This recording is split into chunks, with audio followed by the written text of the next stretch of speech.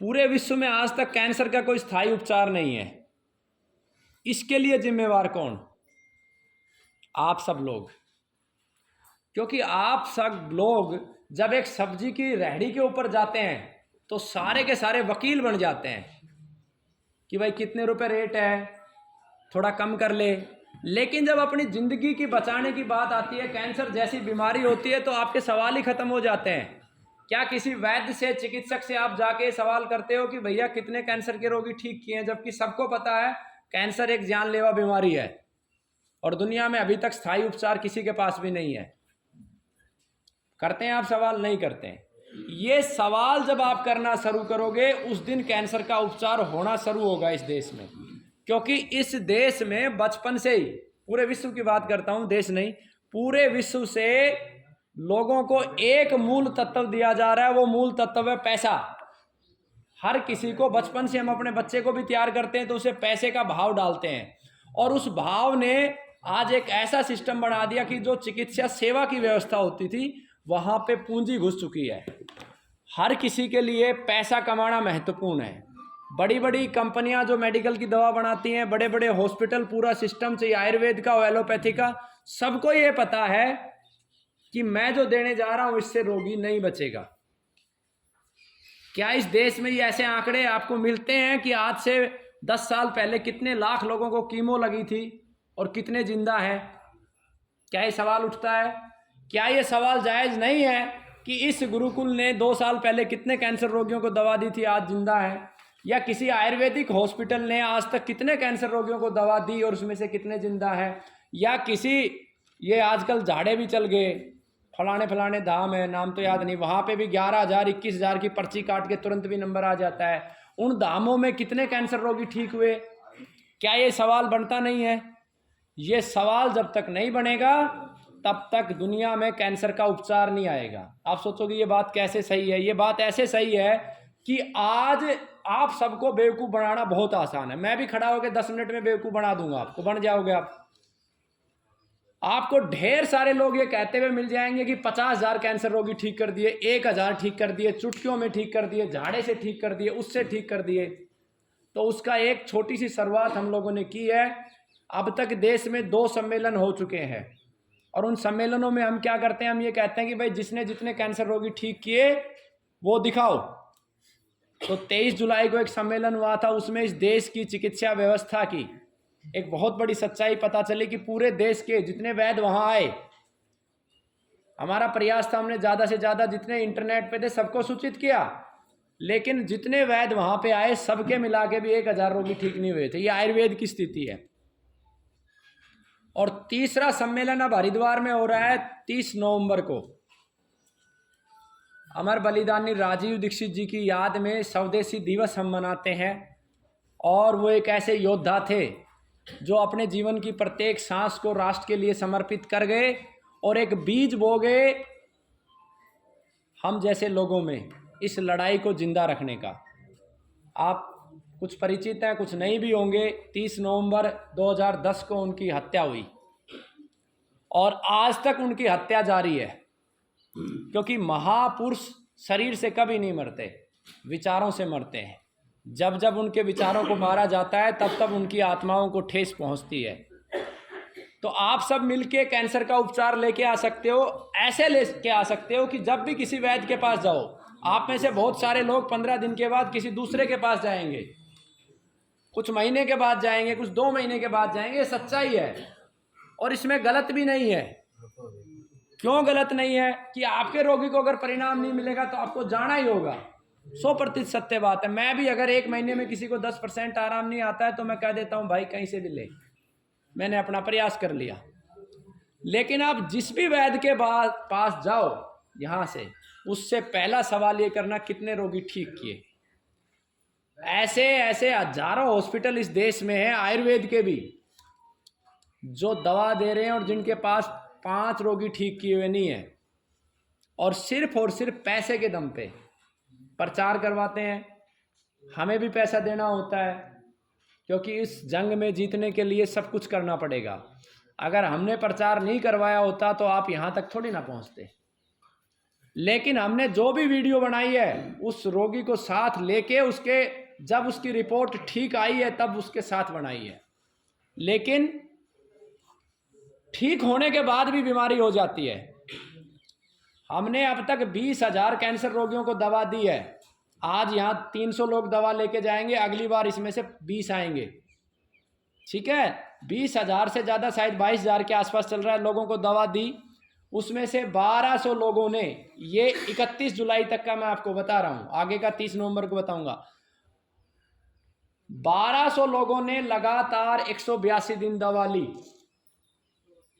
182 दिन में लगभग ठीक हो जाते हैं। और उसमें से 466 लोग ठीक हुए।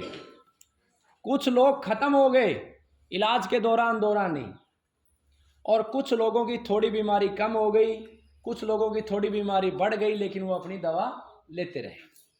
और उन 466 में से भी जो पिछले 2 सालों में ठीक हुए थे, 27 लोगों को बीमारी दोबारा से हो गई। आप सोचो बीमारी कितनी गंभीर है। और उसमें से 3 लोग खत्म भी हो गए, जिसमें एक व्यक्ति अमीलाल जी हैं, वो खत्म हो गए। एक बच्चा 10 साल का खत्म हो गया, वंश नाम का, इतना प्यारा सा बच्चा था, उसका चेहरा आंखों से दूर नहीं जाता है। तो बेसिक सवाल क्या है, मैंने आपको ये क्यों बताया? इसलिए बताया कि अब मुझे ये पता है कि क्यों वो जो 27 लोग खत्म हुए, जिनको रिपीट हुई, खत्म तो 3 हुए, जिनको रिपीट हुई उसमें से 2 या 3 एग्जैक्ट मुझे नहीं पता, लेकिन मैक्सिमम लोग कीमो ले चुके थे। यानी कि कीमो के लेने के बाद रिपीट होने की संभावनाएं ज़्यादा है। और एक व्यक्ति ऐसा भी था जिसने कीमो नहीं ली थी, फिर भी रिपीट हुआ। तो दोनों ही बात सत्य हुई। ये ज़्यादा बड़ी बात है कि कीमो के बाद ज़्यादा संभावना है रिपीट होने की, आयुर्वेद में कम है, लेकिन रिपीट दोनों जगह हो रहा है। तो ये सवाल जब आप करोगे हर किसी के साथ, तो जो वैद्य है, जो डॉक्टर है, जो हॉस्पिटल है, उसका फोकस किस बात पे जाएगा? उसका फोकस इस बात पे जाएगा कि अगर तूने ठीक किए तो ही लोग तेरे पास आएंगे, झूठ से नहीं आएंगे। और जो लोग ऐसा दावा करते हैं कि 50,000 ठीक कर दिए, 5,000 ठीक कर दिए, उनसे पूछो कि 100-200 के नंबर दो, वो आपको ये बोलेंगे कि मोबाइल नंबर नहीं दे सकते, रोगी पागल हो जाता है फ़ोन पे बात करते करते, कह रहा है कि अपने फ़ोन से बात करवा दो। ऐसा कुछ नहीं है, मोबाइल नंबर दिए जा सकते हैं। मेरे पास जितने रोगी ठीक हुए सब ने मेरा सहयोग किया, सब मोबाइल नंबर भी दिए, 2-2 मोबाइल नंबर दिए हैं, और मेरे फ़ोन में भी है। और सभी वैद्यों के पास होते हैं जो ठीक हो जाता है उसके, क्योंकि 6 महीने लगातार कोई आएगा तो आपके मस्तिष्क में बैठ जाता है वो व्यक्ति। तो ये सब झूठ है कि मोबाइल नंबर नहीं है या मोबाइल नंबर नहीं देंगे। क्यों है? क्योंकि अगर मोबाइल नंबर देंगे तो सच पता चलेगा। तो सच को जानने का जब प्रयास करोगे और सारे डॉक्टर मिलकर जब इस दिशा में काम करेंगे, आज हो क्या रहा है, जो अच्छे डॉक्टर हैं वो पिक्चर में ही नहीं है, क्योंकि उनको इन चीज़ों से लेना देना नहीं है, प्रचार नहीं है, अपनी चुपचाप दवा दे रहे हैं। लेकिन मेरी जो थ्योरी ये कहती है कि भैया अगर एक व्यक्ति दिन में 40 लोगों का पैर तोड़ रहा है और एक व्यक्ति 2 लोगों का जोड़ रहा है और तीसरे व्यक्ति ने उस व्यक्ति को खत्म कर दिया जो 40 के तोड़ रहा है, तो वो 2 की ठीक कर रहा है, उससे ज़्यादा महान तो वो है, उसने 40 के टूटने से बचा लिया ना। तो इसलिए दोनों चीज़ों का पैरेलल हमें काम करना होगा। जो बुरे लोग हैं उनको समय देना है कि आप ठीक हो जाओ, नहीं ठीक हो तो उनको समाप्त करना भी धर्म ही है। अगर ये धर्म नहीं होता तो महाभारत क्यों करवाई जाती? क्यों भगवान श्री कृष्ण इतने लोगों की रक्तपात करवाते? क्यों भगवान श्री राम, एक सीता माता की तो बात थी, कोई बात नहीं है भाई, एक माता के लिए लाखों लोगों को क्यों मारा जाए? ये भी भगवान जी भी सोच लेते। आज बहुत सारे लोग ज्ञानी हो गए हैं, कथाओं में, भागवत कथाओं में, इन सारी कथाओं में बताते हैं कि ऐसे किसी को मत मारो, ये है जो हो रहा है ठीक हो, जो होगा वो ठीक होगा। तो फिर कथा किस नाम की? या तुम तो अपने, जिस भगवान ने सीधा सीधा संदेश दिया है कि बुराई को समाप्त करो, बुराई तुम्हारे घर में पैदा हो जाए, दुर्योधन घर में पैदा हो जाए तो उसे भी खत्म करो, सीधा सीधा संदेश है। तो जानबूझ के आपको ऐसा बनाया जा रहा है कि आपको लूटा जाए, आपको परेशान किया जाए।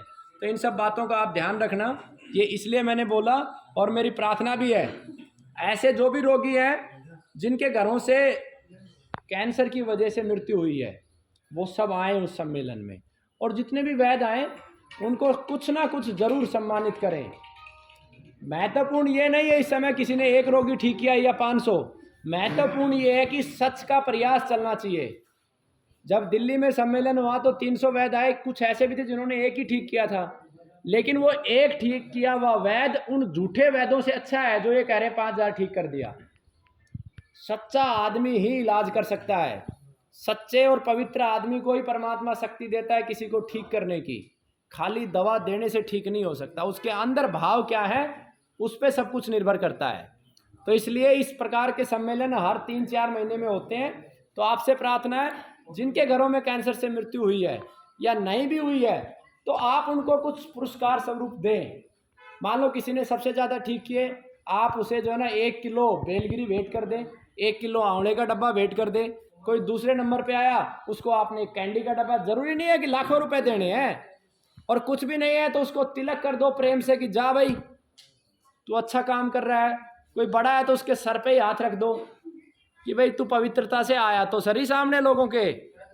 तो इस तरीके की प्रतियोगिता जब पूरे देश में शुरू होंगी, जैसे क्रिकेट की होती है ना, जैसे ये बहुत सारे आजकल चुटकुलों की प्रतियोगिता होती है, कवि सम्मेलन होते हैं, तो जीवन को बचाने के लिए प्रतियोगिता जरूरी नहीं है क्या? जरूरी है। और उसी दिन उपचार आएगा इस देश में जिस दिन ये प्रतियोगिता तीव्रता से होंगी।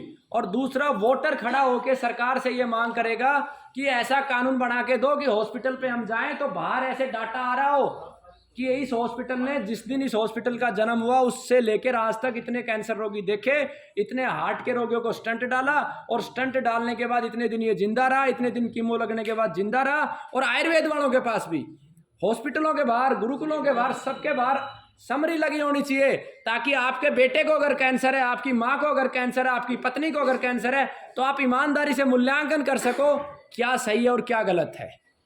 और इसी से दुनिया में कैंसर का उपचार आएगा, और कोई दूसरा रास्ता नहीं है। दूसरा रास्ता लूट का है, जो चल रहा है, झूठ का है, जो चल रहा है और चलता रहेगा। बहुत बहुत धन्यवाद आपका।